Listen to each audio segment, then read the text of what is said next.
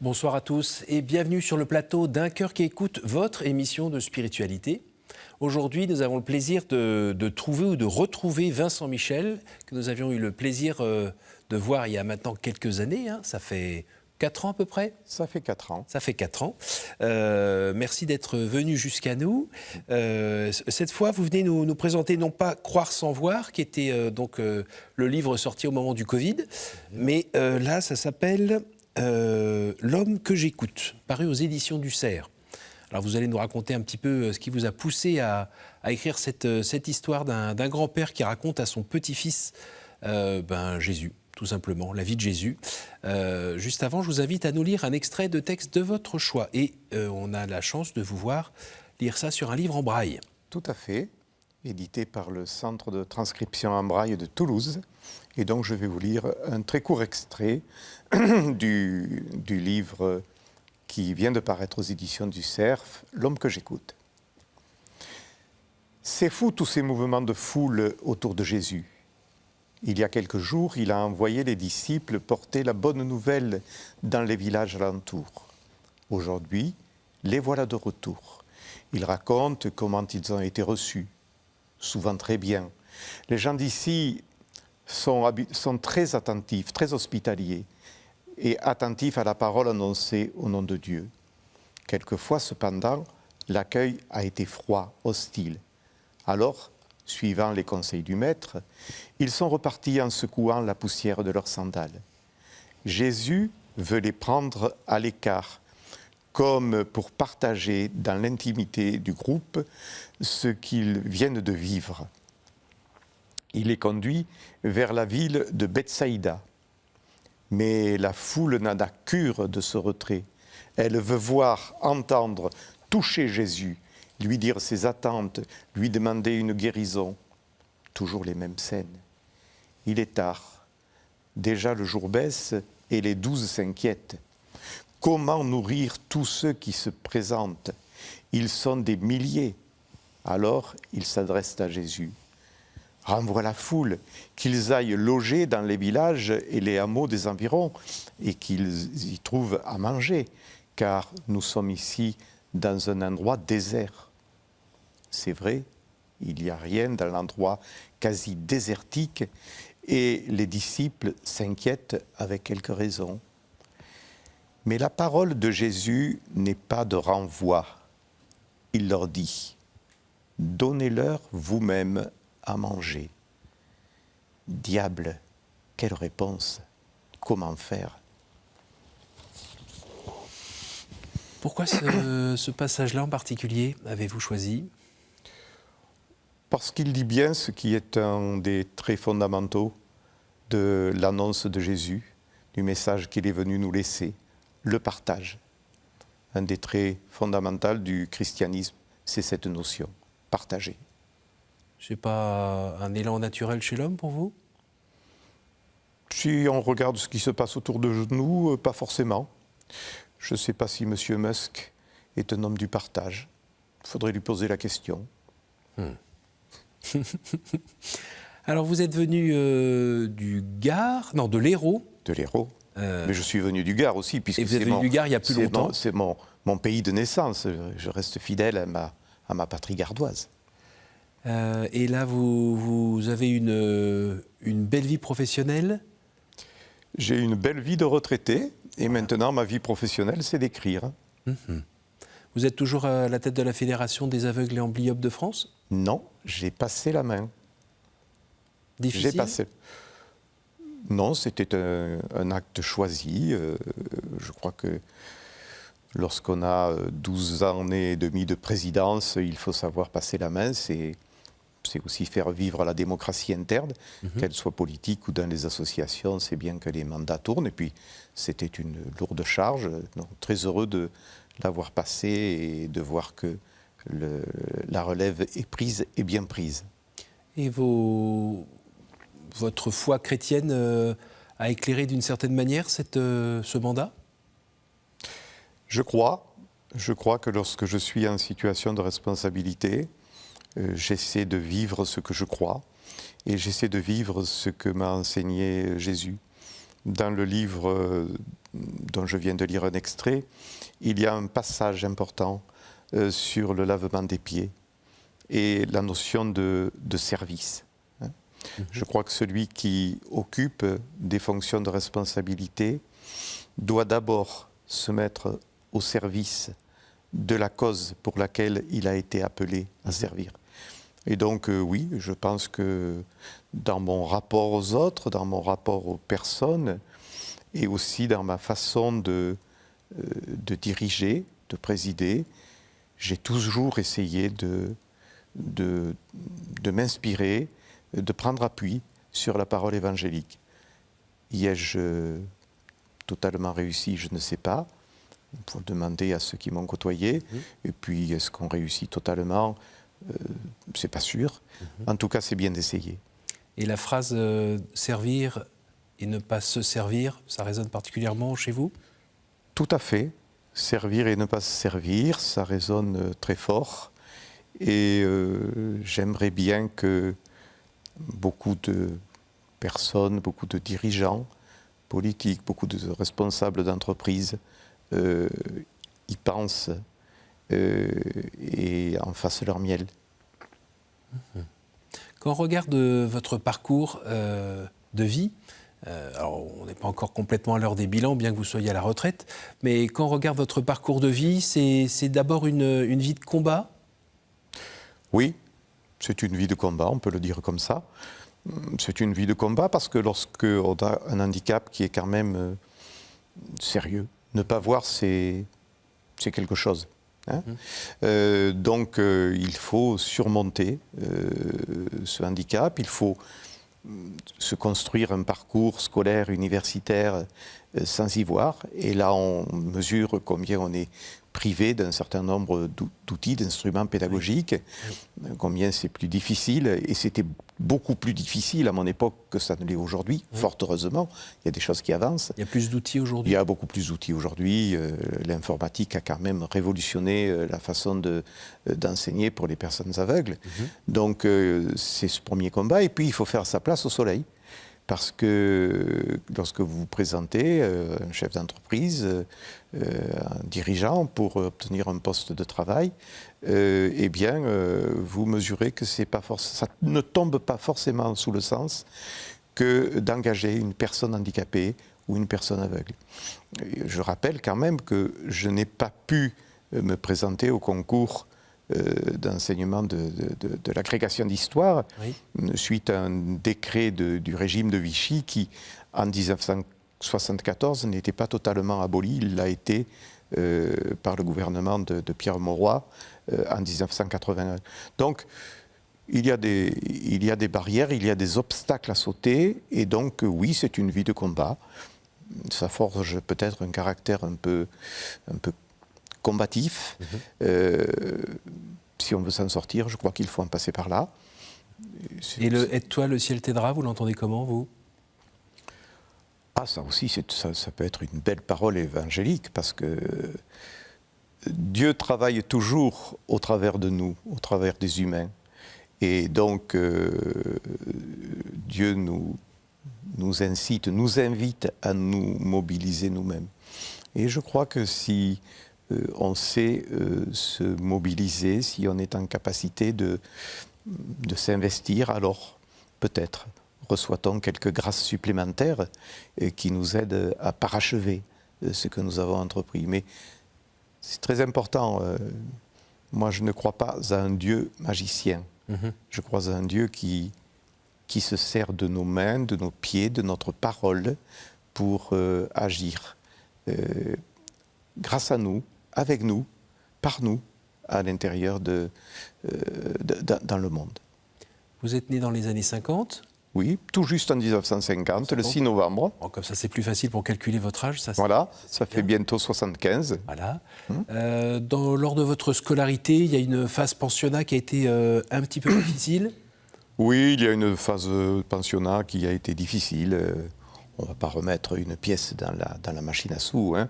Mais bon, c'était un monde difficile, fermé, avec quelques comportements pas très sympathiques. Et est-ce que ça vous a empêché de pouvoir pardonner? Ou est-ce que les années et la grâce aidant, vous avez pu pardonner des gestes, pardonner des personnes?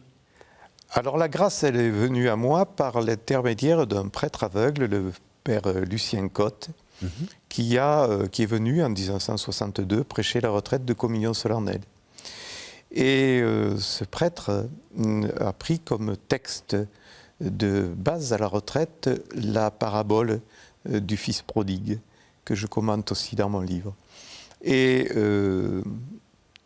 ce fils qui revient vers son père et qui trouve face à lui non pas un père fouettard qui va le réprimander quant aux libertés qu'il a prises envers lui, mais qui au contraire le prend dans ses bras, m'a fait comprendre que notre Dieu, le Dieu du Nouveau Testament, le Dieu de l'Évangile, n'était pas un Dieu vengeur, n'était pas un père fouettard, mais que c'était le Dieu de la miséricorde, de celui qui pardonne, qui accueille, et qui permet par là même de reprendre sa place et toute sa place dans la vie. Donc, si ces moments difficiles ont laissé certainement en moi quelques traces, si parfois il m'arrive de maugréer contre certains gestes, certains comportements, j'essaie moi aussi de faire preuve de miséricorde, de me dire, bon, tu as tourné la page, ne ressassons pas et essayons d'avancer. Et puis de porter une parole qui puisse mener à autre chose. Il y a des personnes qui se sont rendues à Lourdes et qui ont été guéries, d'autres qui ont croisé Jésus, qui et se sont retrouvés avec de la bave ou de la boue posée sur leur langue, sur leurs yeux, ou sur d'autres parties du corps qui ont été guéries. Vous-même, vous avez demandé à être guéri? Non. Non, j'ai toujours... Alors, je suis allé à Lourdes plusieurs fois. Oui. Vous dire que quand on va à Lourdes, on n'y pense pas un peu, ça serait mentir. Mais au fond, je suis bien là où je suis et comme je suis. Je suis bien en tant qu'aveugle. Et si Jésus m'a guéri de quelque chose, c'est de la cécité du cœur. Il m'a ouvert les yeux pour me permettre de voir le monde tel qu'il est et pour me permettre de le vivre tel qu'il est et tel que je suis, sans acrimonie, sans ressentiment. Je n'en veux à personne du fait d'être aveugle. Je pourrais en vouloir à mes parents puisque quelque part tous les deux étaient porteurs du gène récessif qui m'a fait aveugle. Et je pourrais leur dire, mais si vous ne vous étiez pas mariés tous les deux et si papa s'était marié avec une autre maman et maman avec un autre papa, j'y verrais aujourd'hui. Je ne sais pas ma façon de voir les choses. Voilà. Je suis une personne aveugle. J'ai une vie merveilleuse avec une épouse remarquable, des filles exceptionnelles, des petits-enfants merveilleux, des amis, des proches. Que demander de plus? Et puis j'ai rencontré, permettez-moi de dire un gros mot ici à l'antenne, j'ai rencontré quelques cons, mais ça on en trouve toujours, quoi. Hein. Oui. Donc, Et qu'on soit pas. voilà. Et, bon, ça fait partie de la vie. Hein. Alors aidez-moi à mieux comprendre ce mot de vulnérabilité et de la force dans la faiblesse, la force dans la vulnérabilité. Parce que dans le monde dans lequel nous vivons, il vaut mieux évidemment être riche et en bonne santé. Et comme on est beaucoup dans une société du paraître, faut que tout soit impeccable, on retouche les images, on communique seulement sur ce qui va bien. Ça jure avec le réel, ça, il n'y a pas de problème. Mais le message chrétien vient en plus nous dire des choses vraiment différentes. C'est vulnérabilité bienheureuse, en fait. Qu'est-ce que vous entendez par là, vous ? Je crois que ce que nous dit le message chrétien, c'est « vous êtes comme vous êtes et faites avec ». Et effectivement, on peut dire qu'une personne handicapée est dans des situations de plus grande vulnérabilité qu'une personne qui a ses deux jambes, qui a ses deux yeux, qui a ses deux oreilles, parce qu'effectivement, on est mis en position un peu plus fragile, un peu plus délicate. Il faut compenser, il faut trouver des subterfuges pour contourner tel ou tel obstacle. Je viens de sortir de la station de métro. C'était un peu galère aujourd'hui, quand on ne voit pas les panneaux sortis et tout ça.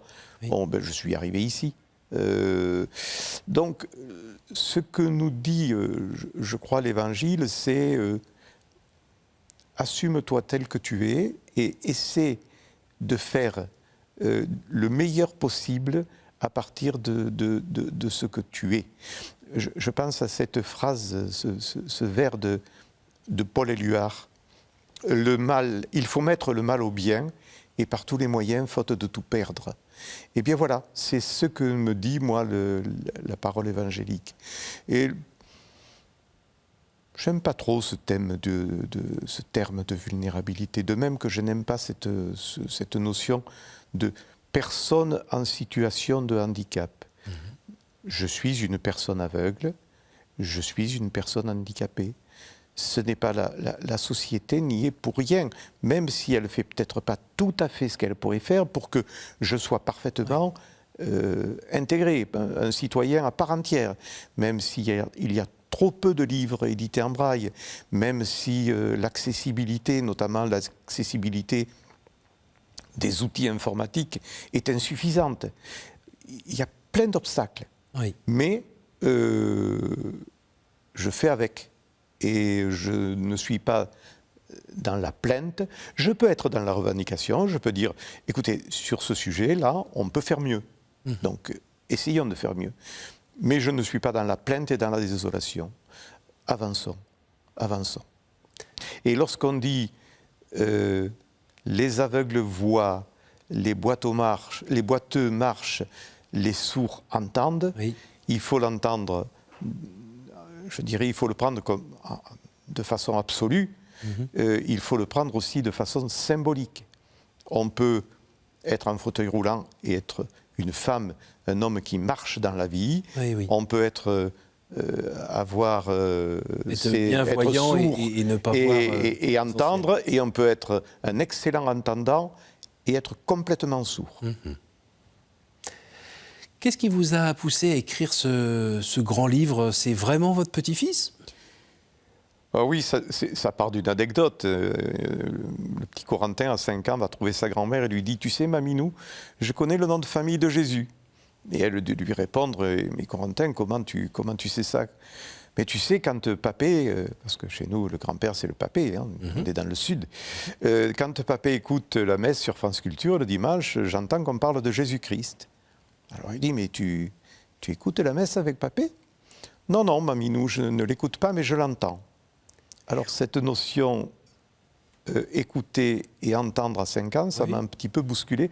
Et comme je suis historien de formation et un petit peu perturbé par les questions de transmission, comme je crois que plus que jamais, nous avons besoin, et la jeunesse a besoin de découvrir ou de redécouvrir la parole évangélique, je me suis dit, il faut faire quelque chose, il faut reparler et reparler encore de Jésus de Nazareth, et il faut le faire d'une façon facile à lire, de façon ouverte, et il faut faire quelque chose qui touche. Donc j'ai imaginé ce récit comme un voyage imaginaire en compagnie de mon petit-fils sur les traces de Jésus. On est à sa suite, on le voit aller vers Jean-Baptiste pour se faire baptiser, on le voit aller dans la synagogue de Nazareth, on le voit justement dans le désert, essayer de prendre les disciples à part pour écouter un peu ce qu'ils ont à dire après le retour du premier envoi, et on le suit comme ça, sur la barque chahutée par la tempête. On le suit au bord du puits de Jacob avec la Samaritaine. On le suit évidemment dans la salle du cénacle, au moment du lavement des pieds. On le suit, et puis on le suit jusqu'à la croix. Vous m'avez fait penser un petit et peu jusqu'à la résurrection. Dans ce livre à la comtesse de Ségur, avec, je ne sais plus le titre exact, ça devait être la Bible racontée aux enfants, qui était aussi cette façon de mettre peut-être davantage à la hauteur, à la bonne hauteur des enfants, cette merveilleuse histoire. Oui, je crois qu'il faut se mettre à la hauteur et des enfants et des autres. Vous savez, après mon premier livre, Croire sans voir, une amie, non-croyante, non-baptisée, m'a dit « Tu sais, après la lecture de ton livre, j'ai eu envie d'aller au catéchisme. » Bon. Ça m'a beaucoup touché et je crois qu'il faut raconter les choses de façon simple. Alors, quand on dit la simplicité n'est pas le simplisme. Hein.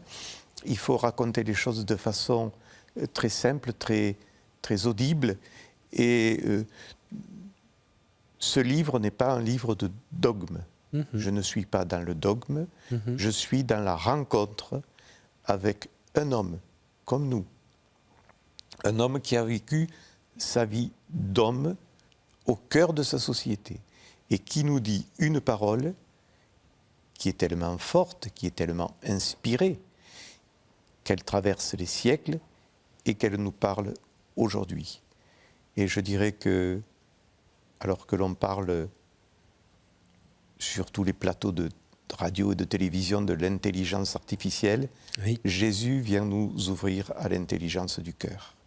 Et ça me semble essentiel. Alors nous arrivons déjà à la fin de cette émission, c'est le moment des cartes. Alors j'espère que vous ne serez pas trop perdus, elles ont un peu changé depuis la dernière fois où vous êtes venus. Je vous écoute me dire un chiffre entre 1 et 10, s'il vous plaît. 3. Quel livre voudriez-vous conseiller à un non-croyant ? Peut-être Le Royaume de Éric Emmanuel Schmitt. D'accord. À nouveau, entre 1 et 10 ? 7. Quelle est la dernière fois où vous avez sollicité l'aide de votre ange gardien ? Il n'y a pas longtemps. Quand je dis il n'y a pas longtemps, c'est dans les derniers jours. Hein. Je ne sais plus si c'est samedi ou dimanche, mais c'est à propos d'une affaire qui m'a beaucoup touché et où je lui ai dit si tu pouvais me venir en aide et me sortir un peu de cette situation d'aigreur qui est la mienne aujourd'hui, tu serais sympa. Okay. Mais je prie tous les soirs cette belle prière que m'a laissée ma maman, mon bon ange gardien, garde-moi sous ton aile, je te serai fidèle et je t'aimerai bien. Une dernière question, à nouveau entre 1 et 10. 9.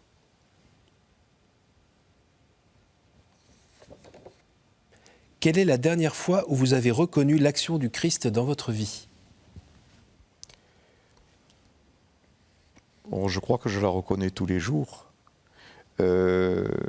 Mais c'est à propos de cette même affaire, de quelqu'un qui a eu un comportement peu délicat, et où, pas plus tard que hier soir, dans une discussion avec une amie, cette amie m'a donné des conseils de sagesse qui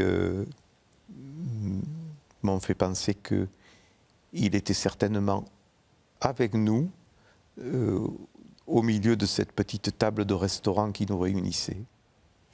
Voilà, alors que le jour baissait. Merci beaucoup d'être venu jusqu'à nous. Je rappelle le titre de votre livre, L'homme que j'écoute, donc de Vincent Michel aux éditions du Cerf et qui est sorti juste hier. Donc on est vraiment pile poil dans les temps et dans l'actualité. Merci beaucoup, bonne poursuite. Merci à vous tous pour votre fidélité. Vous pouvez retrouver cette émission sur notre site www.ktotv.com. Merci à toute l'équipe qui a permis de réaliser cette émission et je vous dis à la semaine prochaine.